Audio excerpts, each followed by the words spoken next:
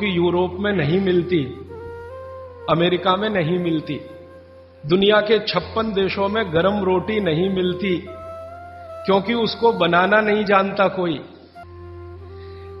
दुनिया की आबादी 600 करोड़ है। 600 करोड़ आबादी में 300 करोड़ महिलाएं, 300 करोड़ पुरुष अगर मान लें तो 300 करोड़ महिलाओं में लगभग 250 करोड़ महिलाएं नहीं जानती कि गरम रोटी कैसे बनती है।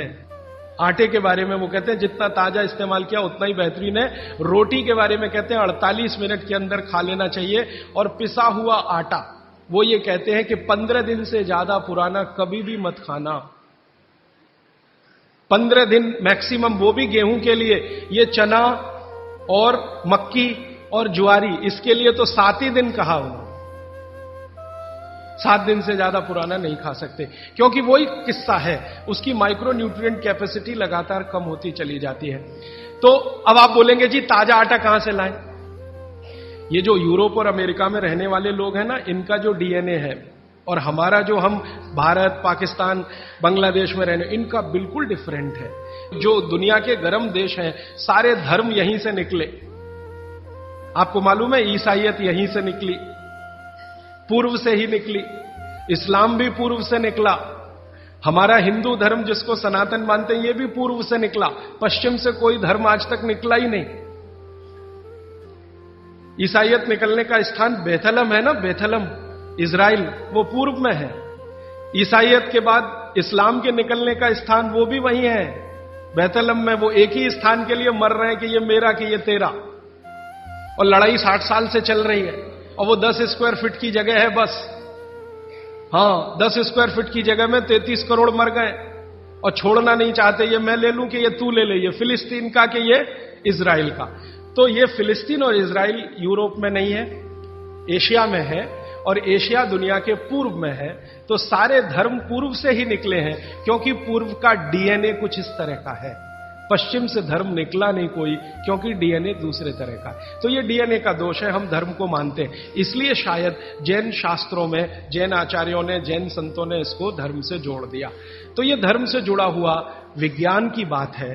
इसको विज्ञान से पहले समझकर धर्म में आप पालन करेंगे तो आपका विश्वास इस पर पक्का होगा।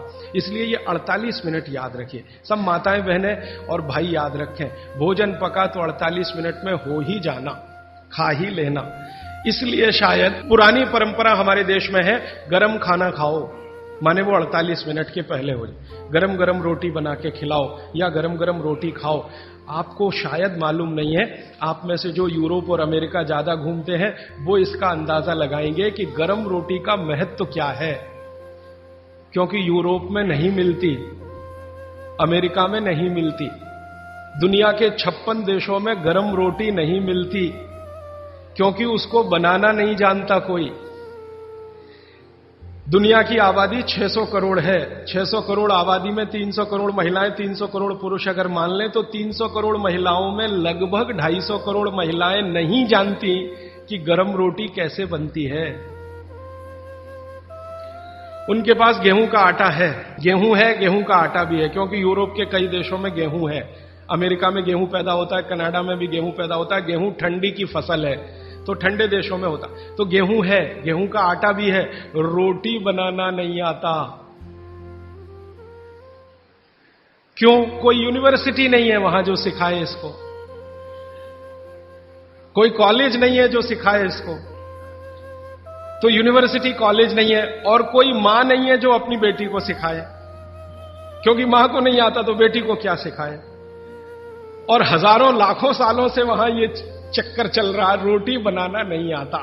किसी यूरोपियन और अमेरिकन व्यक्ति के बारे में अभी एक छोटा सा किस्सा बताता हूं। थोड़े दिन पहले हमारे पास एक दंपत्ति आए फिनलैंड से, एक पति और एक पत्नी दोनों आए। उन्होंने कहा मुझे भारत का गांव देखना है, तो हमने एक गांव में भेज दिया। संयोग से जिस गांव में गए वहां शादी थी, तो हमने कहा उसमें भी आप शामिल हो जाइए, तो भारत क्या है आपको ज्यादा अच्छे से समझ में आएगा। तो वो शादी में जब शामिल हुए तो रोटियां बना रहे थे, कोई पूड़ी बना रहा है। तो गांव में तो आप जानते हैं ना, नौकर नहीं बनाते, सब गांव इकट्ठा होकर बनाता है। जिसके घर में शादी है उसके घर में दूसरे घर के लोग आ जाते हैं, दूसरे घर का चूल्हा बंद हो जाता है, सब एक ही घर में खाते हैं। तो सब महिलाएं बना रही थी। तो उस फिनिश दंपत्ति ने पूछा ये सब कितना पैसा लेंगी? तो उनको कहा ये पैसा वैसा नहीं लेने वाले। तो ये कैसे हो सकता है?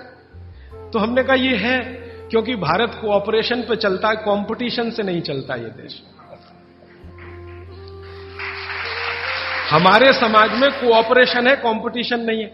तो फिर वो फिनिश दंपत्ति में जो महिला थी वो सबसे ज्यादा इस बात को परेशान थी लेकर कि ये रोटी एकदम गोल बन रही है, 100% गोल। उसकी जिंदगी में ये कल्पना नहीं है कि 100% गोल चीज कोई हाथ से बन सकती है। वो कहती है उसने कभी सोचा था भारत के बारे में कि मशीन से बनाते होंगे रोटी, और वो कह रहे हैं ये हाथ से बनाते हैं 100% गोल। तो उसका जितना कैमरे में रील थी उसने सब उसी पे खर्च कर दी, गोल रोटी बना के देखने में उसको। माने आपको मैंने ये उदाहरण इसलिए दिया कि उनके लिए ये अजूबा है, उनको लगता है कि कोई महिला ये कर पाए। और मैंने जब वो जा रहे थे तो पूछा आपको भारत में कौन सी चीज सबसे अच्छी, तो उनका ये जो रोटी है गोल, ये सबसे महत्वपूर्ण वस्तु है जिसकी वैल्यू हमारे लिए सबसे ज्यादा है, क्योंकि हम जानते नहीं ये कैसे बनती है। और आपके घर में हर मां बहन इसको बना सकती है, 10-12 साल की बहन भी आसानी से बना सकती है। इसका मतलब है कि रोटी ताजा और गर्म ये भारत में ही संभव है, दुनिया के दूसरे देशों को नसीब नहीं है। तो आप समझ लीजिए कि आपके पास कितनी वैल्यूएबल चीज है गरम रोटी, और उसको आप छोड़कर ठंडी करके खाएं तो ये आपका दुर्भाग्य है, सौभाग्य नहीं। तो रोटी को गरम गरम ही खाएं, गरम गरम ही खिलाएं। यूरोप में कोई किसी को खिलाता नहीं क्योंकि कोई बनाता नहीं और जानते भी नहीं। वहां तो बेचारे 3-3 महीने पुरानी रोटी खाते हैं जिसको डबल रोटी कहते हैं, पाव रोटी कहते हैं।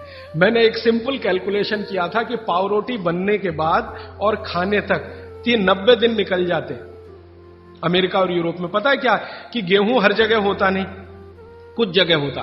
तो गेहूं बड़े बड़े ट्रक में भर के वहां तक जाता है जहां गेहूं को पीसने वाली चक्कियां लगी हुई हैं, फ्लोर मिल्स, वहां उनका आटा बनता। फिर वो आटा ट्रक में भर भर के फिर वहां जाता है, फिर जाकर उससे डबल रोटी बनती है, फिर वो वहां से बनकर कहीं और जाती है, फिर ऐसी चक्कर में 90 दिन निकल जाते हैं।